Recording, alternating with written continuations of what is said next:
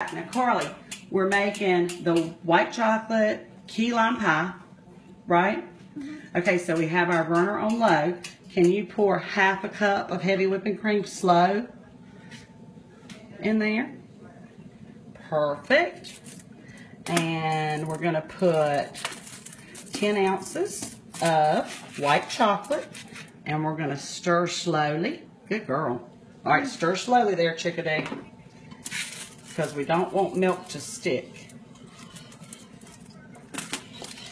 And if Aunt Lisa can get this open with one hand. I can open it. Keep stirring. A little piece of chocolate. No. Why? Because we don't have enough.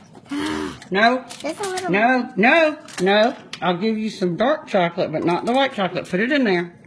Put it in there before I pop you. All right. Good. Now, Carlie, stir slow until this is melted. And while she's doing that, we've already mixed 1 sleeve of unflavored gelatin with how many tablespoons? 6? 6. Yep, 6 tablespoons of lime juice, right? Yep. All right, you feeling it sort of getting hard on you there? Yeah. All right, real slow because you don't want to slosh. And this is the first and second step of our key lime white chocolate cake. So stay with us. Stay with us, Carlie. Stay with us. All right, keep it real with Carlie. Carlie, we have mixed how many cream cheeses? 3. And how many cups of sugar? 1. Of white sugar, right? Yep. And careful. And we put our gelatin and lemon juice mixture in there, right? And we added our white chocolate and cream sauce mixture, right?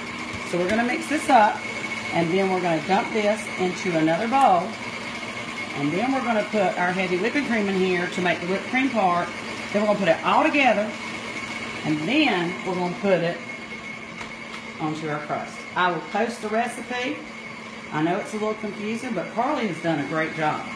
So Cooking with Carlie, we're out. Yeah, I know this is a bunch of segments. Sorry for that. But, you know, when you're cooking with a 6-year-old, you got to do what you got to do.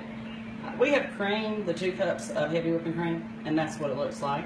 And we're going to add it all together now, and we're going to pour it into the pan that has the graham cracker crumbs, sugar, and the butter, and I'll post the recipe. And I'm sorry if it's confusing, but we're trying to learn some things here cooking with Aunt Lisa today. So bear with us. I'll show you a picture of the finished product, and we're going to take a nap because we're getting a little ornery. And then we're going to put our lasagna together. So stay tuned.